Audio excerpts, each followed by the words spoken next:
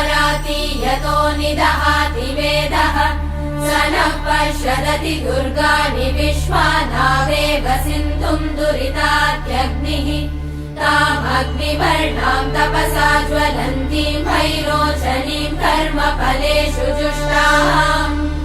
दुर्गाम् देवीगुम् शरणमहम् प्रपद्ये सुतरसि तरसे नमः अग्ने त्वम् पारयानव्यो अस्मान् स्वस्तिभिरति दुर्गाणि विश्वा पूष्य पृथ्वी बहुला न उर्वी भवातोकायतनयाय शम्योः विश्वानि नो दुर्गः जातवेदः सिन्धुन्न नावादुरितातिवर्षि अग्ने अत्रिवन्मनसा गृणानोऽस्माकम्